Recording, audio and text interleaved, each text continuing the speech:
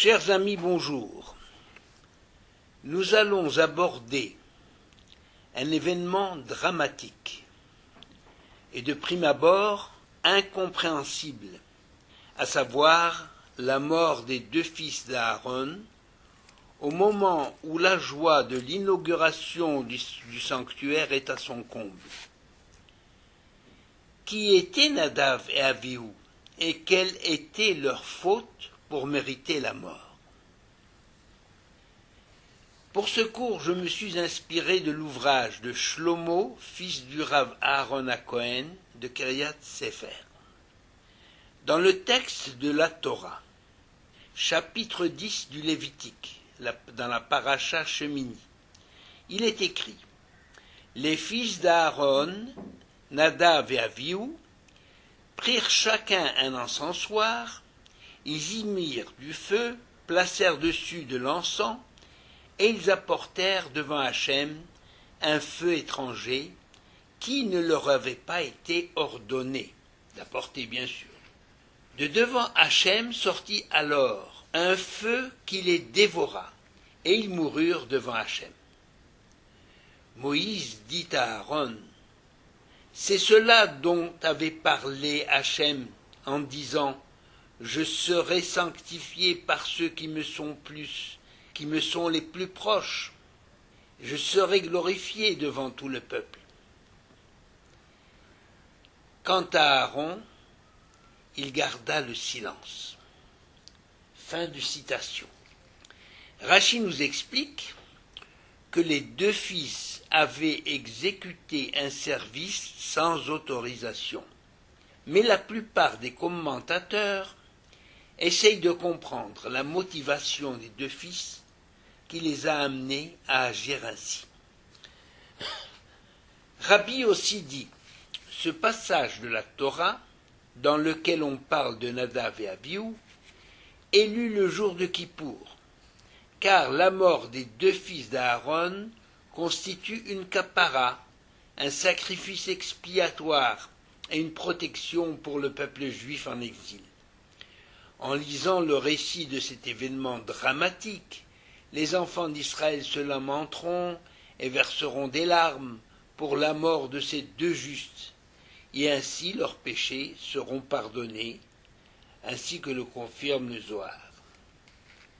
Nous sommes donc devant une énigme. Ou bien les deux fils d'Aaron sont coupables et méritent la mort, ou bien ils sont des tzadikim, des hommes justes et saints, et dès lors, pour quelle raison ont-ils mérité la mort? C'est cette énigme que nous allons résoudre à présent. Chemin faisant, nous découvrirons des aspects inédits de la Torah, dont tous les lecteurs savent que la Torah se présente sous un double aspect, l'un visible, immédiat, et l'autre caché. Il s'agit du sens, bien entendu, du sens secret, qui ne se dévoile qu'à des initiés. Nous allons essayer de pénétrer dans le monde du Sod, c'est-à-dire nous allons essayer de lire entre les lignes des versets de la Torah, pour tenter de comprendre pour quelle raison la mort des deux fils d'Aaron est si importante dans l'histoire du peuple juif. En effet, le texte affirme qu'ils sont proches de Dieu et que par eux, le nom de Dieu va être publiquement sanctifié et glorifié. Alors pourquoi par ailleurs on justifie leur mort pour avoir mal agi? Une première remarque s'impose. La Torah ne se lit pas comme un roman. Même les histoires et les anecdotes qui y sont rapportées ne sont que le support d'un enseignement profond et essentiel. La seconde remarque est que le texte de la Torah n'obéit pas à un ordre chronologique. Mais c'est normal, la Torah est un tout harmonieux, d'une parfaite unité, puisque la Torah, justement, n'est que l'expression de la volonté du Dieu un, donc elle ne peut refléter que cette unité de Dieu. Pardon. Il faut donc remonter à Abraham pour découvrir la nature de ces deux personnages qui nous intéressent aujourd'hui. Lorsque Abraham étendit le bras pour sacrifier son fils Yitzhak sur le mont Moria, son geste fut interrompu par l'interpellation de l'ange. Il dit « Abraham, Abraham, ne touche pas cet enfant. » Abraham leva alors les yeux et il a vu, voici un bélier empêtré dans les broussailles par ses cornes. Vaïssa Abraham et Enav, Vayar, Veine Aïl, Achar, Nechaz Basvar Vekarnav. Alors selon le Zohar, il ne faut pas lire ce texte ainsi avec Achar, mais il faut lire le texte avec le mot Acher. C'est-à-dire, Abraham a levé les yeux. Pourquoi? Pour chercher un sacrifice de remplacement, un korban nedava. Et que vit-il? Non pas seulement un bélier empêtré dans les broussailles, par ses cornes, mais par-delà le bélier. Il a aperçu dans une vision prophétique un sacrifice autre, Aïl Acher, un autre bélier, c'est-à-dire un sacrifice de même nature que Yitzhak, à savoir le sacrifice des deux fils d'Aaron, eux seuls dignes de prendre la place de Yitzhak. Alors comment on arrive à cette interprétation? Eh bien justement, l'interprétation du texte de la Torah est la suivante. Vaïssa, ça veut dire il leva. Abraham leva les yeux. Pourquoi faire? Pour essayer de voir, au-delà de l'événement présent, comment réaliser la parole divine. Nos sages enseignent en effet qu'aucune parole, même celle prononcée par une personne, même dans le feu de sa colère ou de sa tristesse, et à plus forte raison la parole de Dieu, aucune parole ne demeure sans réalisation et sans conséquence. Nous en avons l'illustration à propos de Moshe. Moshe Rabbeinu, lorsqu'il dit à Hachem, dans un élan d'amour pour Israël, si tu ne pardonnes pas à ce peuple, au peuple d'Israël, mechenina misiflecha, efface-moi de ton livre. Eh bien, cette parole a eu pour conséquence l'absence du nom de Moïse dans toute la paracha Tetzavé. C'est pour ça qu'on dit qu'il ne faut jamais maudire une personne, et surtout pas ses enfants, même dans la colère, et même si on ne pense pas vraiment. Alors, on dit familièrement, Altiftar pe la Satan, n'ouvre pas la bouche et ne donne pas l'occasion au Satan de sévir. Et alors justement, Abraham a donc levé les yeux pour voir de quelle manière il pouvait réaliser l'ordre divin de sacrifier son fils Isaac.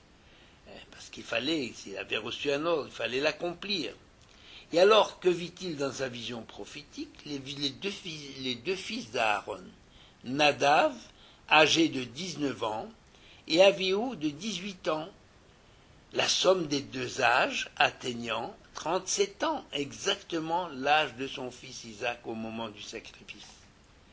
Abraham a vu également, selon l'Midrash Tanchuma, que les deux fils d'Aaron allaient mourir le même jour, c'est-à-dire un premier du mois de Nissan, le jour justement anniversaire de la naissance de Yitzhak. Alors de plus, Abraham comprit que les noms des deux fils d'Aaron étaient prémonitoires et significatifs. Nadav signifie « il s'est offert » ou bien « il a offert », comme Nedava, offrir un cadeau, Nadav, ou un sacrifice volontaire, Nedava. Et Nedava signifie également donc un cadeau. Avihu, eh bien, se décompose en deux mots. Avi, mon père, qui est également un nom porté par Abraham, notre patriarche, et ce qui veut dire Avi, mon père illustre, mais c'est le nom d'Abraham. Donc Avihu, ça veut dire c'est mon père, c'est Abraham, c'est notre père. Donc Nadav et Abihu sont tous deux ensemble. Le Korban Nedava, le sacrifice volontaire offert par Abraham. Nadav, Avihu, c'est-à-dire d'Abraham Avi a offert le sacrifice à Nadav, la Nedava. Le Midrash confirme cette interprétation, qui n'est pas l'effet du hasard, que tout ce qu'on vient de dire n'est pas une coïncidence, qu'ils aient ensemble le même âge que Yitzhak, qu'ils meurent à la même date. Tout cela est troublant. Eh bien, justement, le Midrash confirme cette interprétation en rapportant la conversation entre le père et le fils au moment de la Hakena. Yitzhak interpelle son père en disant « Avi, attache-moi bien les mains et les pieds sur l'autel afin que je ne bouge pas pendant le sacrifice et de risquer ainsi une mauvaise manipulation qui invaliderait le sacrifice. » Toutes ces indications ne sont donc pas fortuites. Elles veulent montrer quelle était l'élévation spirituelle des deux fils d'Aaron, comparable en sainteté et en esprit de sacrifice à ceux de notre patriarche Isaac. Quelle était donc la véritable nature de ces deux fils d'Aaron? Intéressons-nous tout d'abord à l'aspect négatif, c'est-à-dire aux déclarations décriant ces deux personnages. Parce que la fin tragique des deux fils d'Aaron est diversement expliquée dans le Midrash. Les uns disent parce qu'ils étaient ivres en entrant dans le sanctuaire après avoir bu du vin. D'autres qu'ils avaient tranché une question halachique en présence de leur maître, qui est une faute grave signalée dans le Talmud, à savoir qu'il est expressément interdit à un disciple de décider d'une loi en présence de son maître, à moins de prendre soin de lui demander son avis. D'autre part, d'autres disent encore, parce qu'ils avaient négligé d'accomplir le premier devoir de l'homme, à savoir qu'ils n'étaient pas mariés, ils ne sont pas mariés, c'était des célibataires. Et certains affirment même qu'ils n'avaient pas manifesté un amour, qu'ils avaient au contraire manifesté un amour exagéré pour l'Éternel, sous-entendu que n'ayant plus les pieds sur terre, ils avaient négligé certains devoirs importants envers eux-mêmes ou envers autrui. D'autres rapportent cette conversation entre les deux frères marchant en procession derrière Moïse et Aaron et s'exprimant de manière désobligeante, en disant « Quand donc ces deux vieux vont-ils quitter ce monde pour que nous puissions à notre tour devenir des dirigeants du peuple ?» Nadav et Abihu ont ainsi fait preuve d'orgueil et se considérant supérieurs à l'ensemble de la nation qu'ils auraient à diriger. Ils sont attribués ainsi des honneurs réservés aux leaders. Ce désir les enivrait littéralement, au point que chacun ne pensait qu'à soi. Ils étaient ensemble, mais chacun méprisant l'autre ou essayant de devancer l'autre. La preuve est que chacun prit son encensoir. Le texte dit chacun prit son encensoir, c'est-à-dire sans se concerter, ni entre eux, ni avec leur père. Toutes ces opinions omettent de parler, c'est curieux, mais ils omettent de parler de la raison donnée dans le texte de la Torah, qui est un texte tout à fait explicite, qui est le suivant. Les fils d'Aaron prirent chacun son encensoir, ils y mirent du feu, ils placèrent dessus de l'encens, et ils apportèrent devant Hachem un feu étranger qui ne leur avait pas ordonné d'apporter. Alors, un feu surgit de devant Hachem, et le feu les dévora et ils moururent. C'est ce qui est écrit dans le chapitre 10 du Lévitique, au verset 1 et 2. Est-il besoin de rappeler à ce sujet que l'offrande de la Kétoret, c'est-à-dire de l'encens, est la prérogative du seul grand prêtre, le Kohen Gadol. Donc, Nadav et Abihu n'avaient pas à offrir justement de l'encens. Dans les Pirkei Avot,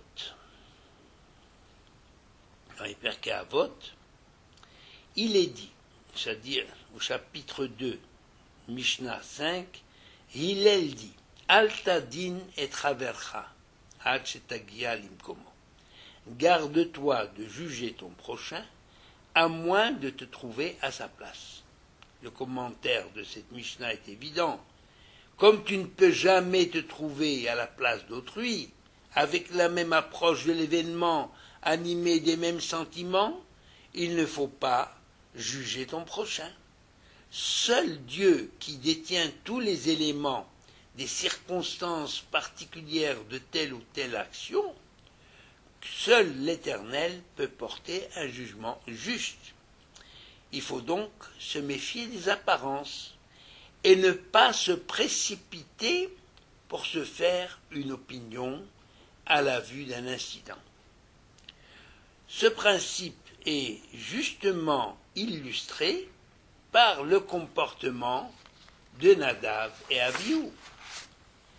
C'est vrai qu'à première vue, ils ont commis une faute grave, qui mérite une faute qui en apparence s'apparente à l'orgueil et au mépris de la loi, et donc qui mérite la mort.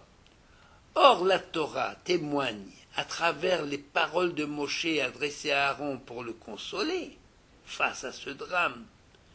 Il a dit à Aaron que les deux fils Nadav et Abihu n'étaient pas les personnages que l'on a décrits tout d'abord, mais qu'en réalité, ils étaient des êtres exceptionnels, des êtres proches de Dieu. En apprenant la mort de Nadav et Abihu, Moïse dit en effet à son frère, qui gémissait de douleur, « Écoute-moi bien, l'Éternel m'avait dit, quand j'étais sur la montagne du Sinaï, Bikrovai et Kadesh, Ve'alpener Kolaam et Kaved.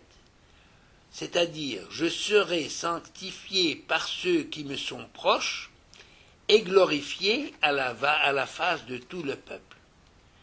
Alors j'ai pensé qu'il s'agissait de moi ou de toi, mon cher frère. Maintenant, je sais que la grandeur de tes fils surpasse la nôtre.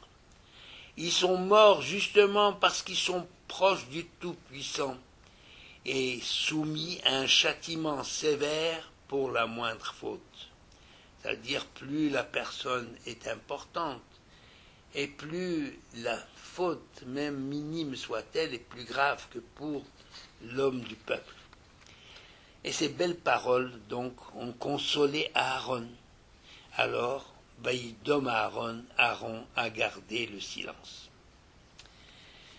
Si l'on revient sur toutes les fautes commises par Nadav et Abihu, on s'aperçoit qu'il s'agissait davantage d'erreurs, des erreurs dues au zèle pour Dieu. C'est-à-dire que le zèle pour Dieu, le zèle qu'ils avaient, leur a fait oublier les contraintes de la Torah et des mitzvot. Leur enthousiasme et leur spontanéité les ont poussés à accomplir des actes hors du commun. Je donne un exemple. Tel un homme qui se penche pour saisir un fil de haute tension qui barre la route, pour éviter un accident au passant. Ça part d'un bon sentiment. Mais sa générosité de cœur lui a fait oublier qu'un fil de haute tension, même tombé à terre, peut entraîner une électrocution et la mort. Et effectivement, son geste spontané lui a coûté la vie. C'est exactement ce qui s'est passé avec Nadav et Abihu. L'inauguration du sanctuaire a eu lieu le 8e jour, c'est-à-dire après les 7 jours d'investiture et de l'installation des Kohanim. Or, nous savons que depuis la création, il n'existe que des semaines de 7 jours. Il n'y a pas de 8e jour dans le déroulement normal du temps. Le chiffre 7, dans la tradition juive, est devenu le symbole de la nature, tandis que le 8e jour se place au-dessus du temps. Il est le symbole du surnaturel, l'Emala Minateba. C'est la raison d'ailleurs pour laquelle la fête de Hanouka dure 8 jours, ou bien que la Brit Mila est pratiquée le 8e jour, et que la Torah elle-même étant intemporelle, a vu sa fête fixée au 8e jour, Shmini Atzeret, qu'on appelle aussi Simchat Torah. C'est pourquoi, d'ailleurs, l'inauguration du Mishkan, symbole de la résidence de l'Éternel, c'est quelque chose qui dépasse la nature. Dieu ne peut pas se concentrer dans un lieu si vaste soit-il et si fantastique soit-il. Et justement, le Mishkan étant le symbole de la résidence de l'Éternel, a été fixé, cette inauguration a été fixée au 8e jour. En conséquence de ces considérations, la Torah a défini à l'homme le rôle qui est le sien au cours de tous les jours de sa vie. Même lorsque le cadre de la nature est dépassé et que l'on touche au domaine du miracle, l'homme doit savoir se garder d'intervenir et laisser seule la gloire à Dieu et de se manifester. Il doit rester à Dieu seul le soin de sanctifier son nom par un miracle. C'est d'ailleurs ce que nous révèlent nos prophètes.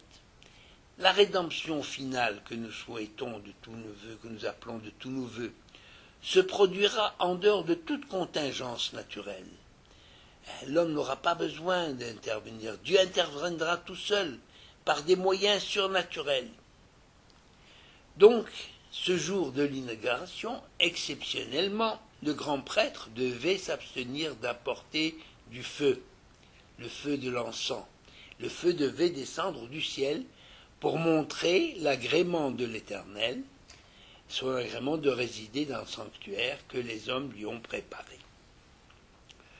Au milieu justement de la liesse générale, Nadav et Avihu, animés d'un zèle sans limite pour l'Éternel, ont voulu aussi manifester spontanément leur amour pour Dieu en apportant un feu que la Torah traite de feu étranger parce qu'ils n'avaient pas reçu l'ordre de l'apporter.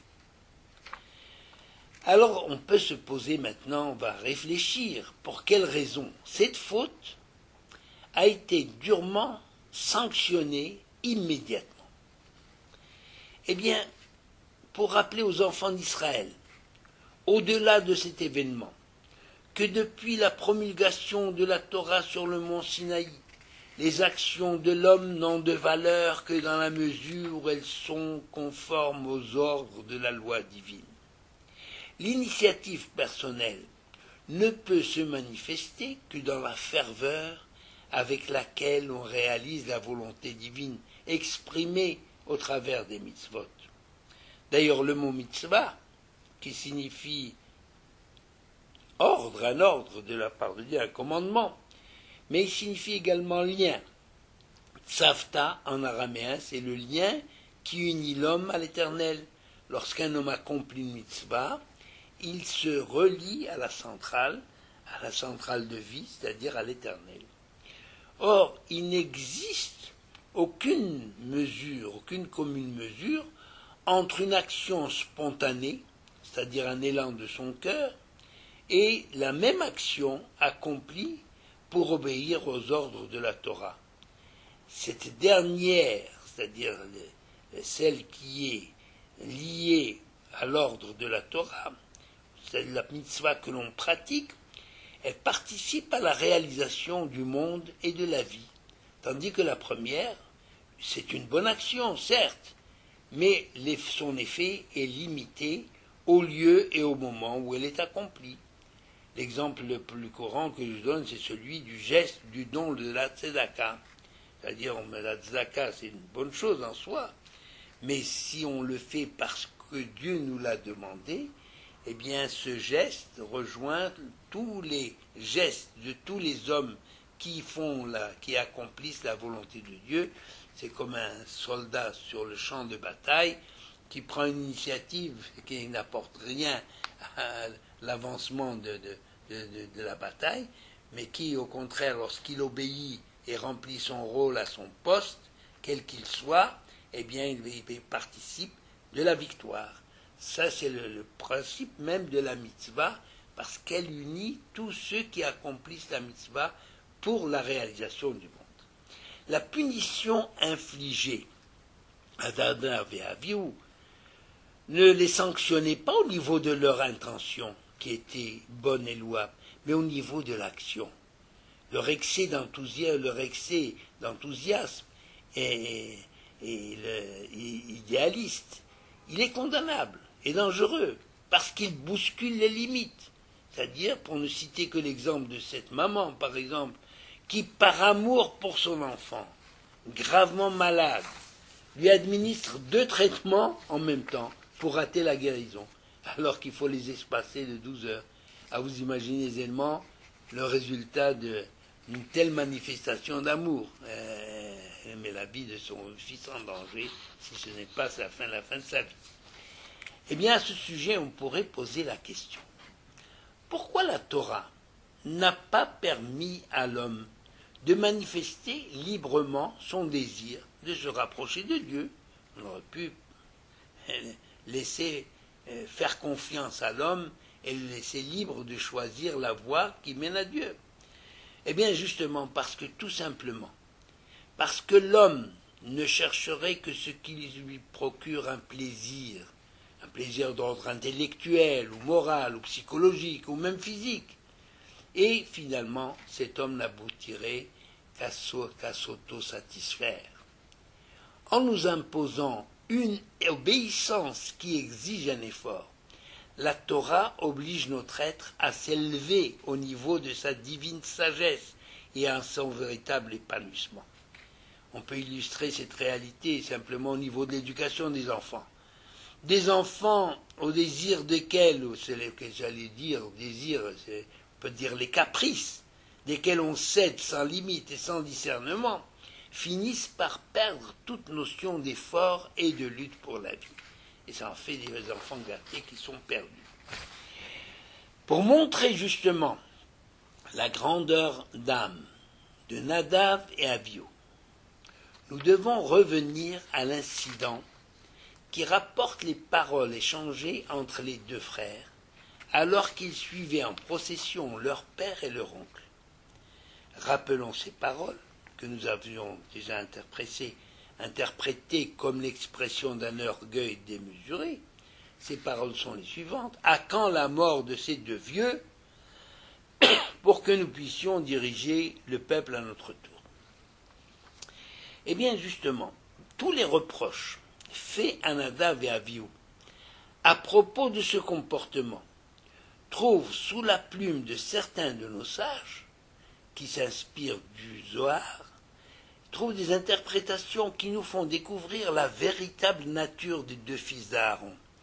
Non pas des êtres orgueilleux, mais au contraire 2 hommes d'une grande sensibilité religieuse et d'une prodigieuse spiritualité. Et voici ce que devient ce texte litigieux selon les interprétations de ces sages. Les 2 fils d'Aaron marchent derrière Moïse, qui est leur maître, et Aaron, leur père, en s'exprimant sur la situation du jour. Ils se dirent, lorsque ces 2, au lieu de Zkenim, qu'on traduit par vieux, c'est aussi le terme qui désigne des sages. Zaken, ça veut dire un sage. Mais Abraham Zaken, c'est pas qu'il est devenu vieux, il est devenu l'acquis de la sagesse. Et 70, il fallait 70 anciens pour aider Moïse à gouverner le peuple. C'est aussi des anciens, ça veut dire des gens pleins de sagesse. Alors les Abihu disent, lorsque ces 2 anciens plein de sagesse, quitteront ce monde dans de nombreuses années, comblés et rassasiés de jours, et qui marchent côte à côte en parfaite harmonie dans la joie. Et alors ils disaient ça en se souhaitant à eux-mêmes de connaître la même joie et la même harmonie entre eux, Nadab et Abihu, en espérant avoir suffisamment de sagesse pour marcher sur leurs traces. Voilà comment il faut traduire ce texte à la faveur justement de cette interprétation positive. Et c'est alors que l'Éternel intervient en disant « Nous verrons qui enterrera l'autre ». Cette parole a été prononcée non pas par Hachem, Dieu ou l'Éternel, ou par un autre nom qui désigne Dieu, par exemple, que l'on emploie des expressions, eh bien, le terme employé, c'est Hamakom. C'est une expression qui veut dire le lieu de tout ce qui existe. C'est ça, Dieu. Dieu, c'est le lieu de tout ce qui existe. C'est Hamakom. Baruch Hamakom Baruchu. On le dit dans la Haggadah. Bénis le lieu, ça veut dire bénis l'Éternel. Pardon. Cette expression est employée, par exemple, pour consoler les personnes en deuil. On dit Hamakom Yenachem Etrem, littéralement que le lieu vous accorde sa consolation, ce qui veut dire que l'Éternel vous console. Donc ici, on n'a pas employé ni Dieu, ni Éternel, et encore moins le Saint béni soit-il. C'est pour nous dire que Dieu, qui ne se fie pas aux seules apparences, a décelé les véritables intentions de Nadab et Abihu. Il a pu les juger selon la réalité vraie, mais inaccessible à vue d'homme. Lui seul, Dieu, a eu accès à toutes les données et a pu ressentir tous les sentiments et les motivations cachées dans les replis du cœur de Nadab et Abihu. En un mot, il a pu se mettre à leur place, contrairement au commun des hommes qui ne peuvent accomplir une telle prouesse, et à qui il pense en disant « Ne juge pas ton prochain, à moins d'être capable de te trouver à sa place. » Hachetagia limkomo, il y a le mot makom qui est employé. Donc, Moshe s'est souvenu de ce qu'Hachem lui avait dit, qui se trouvait au sommet, lorsqu'il se trouvait au sommet du Sinaï, « Je serai sanctifié par ceux qui sont proches », d'où sa réflexion pour consoler son frère en larmes. Eh bien, il dit maintenant, je sais que tes fils sont plus grands que nous deux, ils sont proches de l'Éternel, plus proches que nous deux. Il y a la conclusion de ce récit. La conclusion de ce récit de la mort des deux fils d'Aaron, qui est lue le jour de Kippour, est la suivante. La vie ici-bas a un sens, car chaque individu a une mission à remplir, quel que soit le moment ou le lieu de sa naissance, quelles que soient ses aptitudes intellectuelles ou physiques, quelle que soit sa situation familiale ou sociale, dans la mesure où il s'insère dans un système établi par le Créateur pour la réalisation du monde et le devenir de l'humanité. C'est-à-dire que la bonne volonté ne suffit pas, ainsi que le proclame le proverbe populaire, l'enfer est pavé de bonnes intentions. Si effectivement la bonne volonté est la source de toute chose, elle doit être étayée par une profonde sagesse que l'on puise justement dans la tradition et dans l'étude. Ce système et ce cadre sont inscrits dans la Torah et concernent tous les humains. Cependant, nous ne devons pas oublier que nous avons été désignés par l'Éternel pour préserver et diffuser le message divin pour le bonheur de l'humanité, même si cette tâche est longue et ardue, même si elle ne suscite à notre peuple que des soucis et des tracas sans fin de génération en génération. Mais quelle joie de vivre à l'ombre du Très-Haut, qui nous a protégés et maintenus en vie jusqu'à ce jour, avec la certitude que nous avons que cette situation va durer jusqu'à la venue du Messie, grâce justement au mérite de l'existence au sein d'Ebné Israël des âmes pures comparables à celles de Nadav et d'Avihu. À la semaine prochaine, s'il plaît à Dieu. Beracha ve'hatzlacha.